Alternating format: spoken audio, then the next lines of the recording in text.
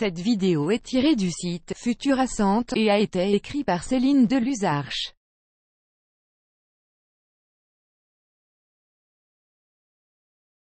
Ce n'est pas en lisant un texte une seule fois, même attentivement, que l'on retiendra le mieux son contenu.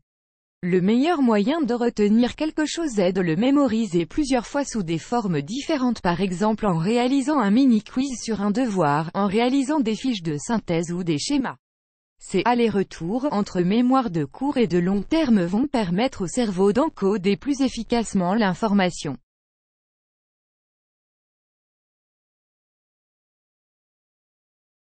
Plusieurs études épidémiologiques ont montré une corrélation nette entre activité physique et mémorisation. On pense généralement que les hormones produites lors du sport, comme la noradrénaline, jouent un rôle dans le processus d'attention.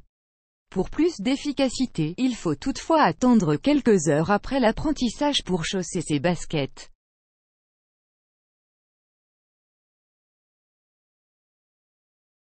Ça commence dès la maternelle, ça continue en école primaire. L'apprentissage de la lecture contribue à développer l'activité et la plasticité cérébrale.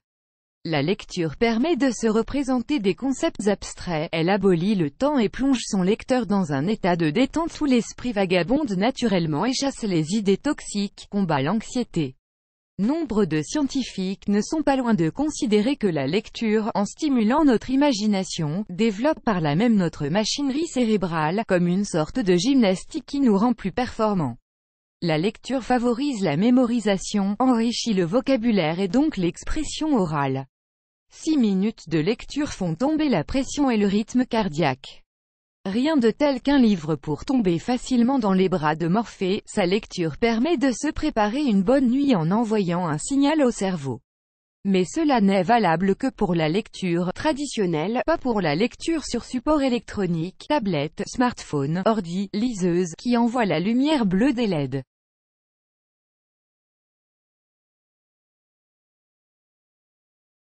Mieux vaut étaler ces séquences d'apprentissage dans le temps plutôt que de les accumuler au dernier moment. Émilie Gerbier, maître de conférences à l'université Sophia Antipolis et spécialiste des apprentissages, conseille ainsi d'espacer progressivement ces sessions de révision pour booster la mémoire selon le schéma suivant: le soir même, le lendemain, 4 jours plus tard, puis 7 jours plus tard.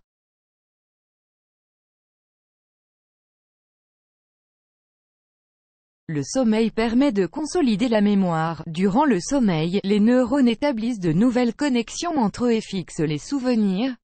Une étude du laboratoire d'études des mécanismes cognitifs, EMC, de Lyon a ainsi montré que des étudiants qui révisent leurs cours le soir retiennent en moyenne 40% d'informations en plus que les autres.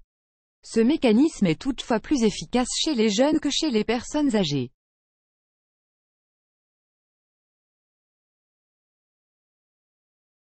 D'après une étude parue en 2011, mâcher du chewing-gum durant le processus d'apprentissage permettrait d'obtenir ensuite de meilleurs scores à un test.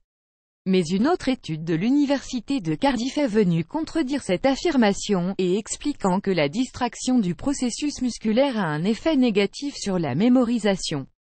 En réalité, les deux ne sont pas complètement opposés. Le chewing-gum perturberait la mémoire à court terme mais permettrait de se concentrer sur des tâches complexes et de lutter contre le stress.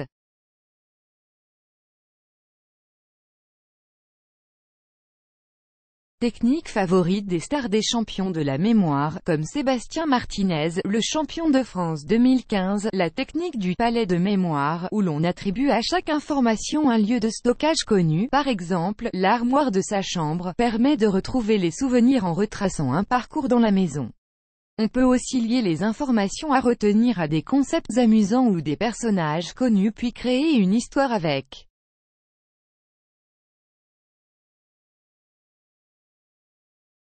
Passer ses journées à remplir des grilles de Sudoku fera peut-être de vous un champion du monde du Sudoku mais n'améliorera pas vos capacités cognitives. Le cerveau se nourrit en effet des nouvelles expériences pour produire des connexions entre les neurones. Vous pouvez par exemple emprunter un chemin différent pour vous rendre au travail ou varier la préparation de vos petits déjeuners.